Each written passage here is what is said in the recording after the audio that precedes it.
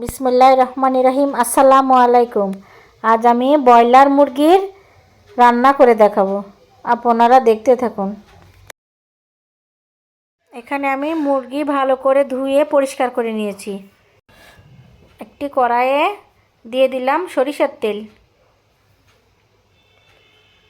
দিয়ে দেব সব ধরনের গোটা মশলা, গরম মশলা দিয়ে দিব। এখন পেঁয়াজ, কাঁচামরিচ,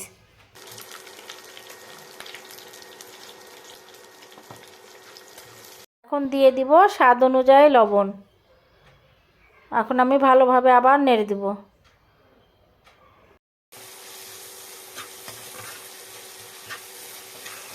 এখন আমি দিয়ে দিব বাটা মশলা, আদা রসুন জিরা বাটা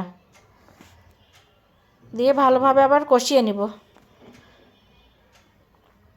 এখন দিয়ে দিব 3 চামচ মরিচের গুঁড়া,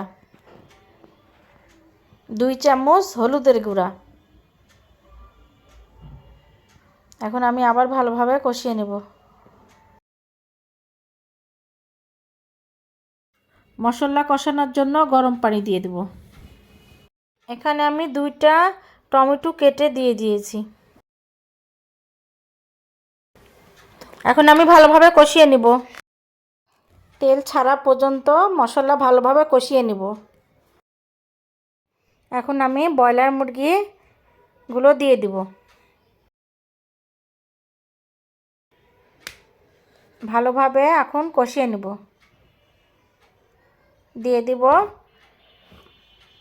আলু, নতুন আলু, তাই ব্রয়লার মুরগির সঙ্গে একসঙ্গে কষিয়ে নেব। এখন আমি আবার ভালোভাবে কষিয়ে নেব। এখানে আমি পানি দিব না, মাংস থেকেই পানি সরবে। এখন আমি ঢেকে দিলাম 5 মিনিটের জন্য। 5 মিনিট পর ফিরে আসলাম, দেখুন পানি ছেড়ে দিয়েছে। এখন আমি আবার ভালোভাবে কষিয়ে নেব। দিয়ে দিব জিরা, ধনিয়ার গুঁড়া একসঙ্গে ব্লেন্ড করা ছিল, দিয়ে আবার ভালোভাবে কষিয়ে নেব। আবার ঢেকে দিব 5 মিনিটের জন্য। 5 মিনিট পর ফিরে এলাম, দেখুন আবার ভালোভাবে আমি কষিয়ে নেব। দিয়ে দিব এখন আমি গরম পানি, আর একটু সিদ্ধ হওয়ার জন্য দিয়ে দেব আরেক কাপ গরম পানি। এখন ঢেকে দিলাম 5 মিনিটের জন্য। 5 মিনিট পর ফিরে এলাম, হয়ে গেছে আমার ব্রয়লার মুরগির রান্না।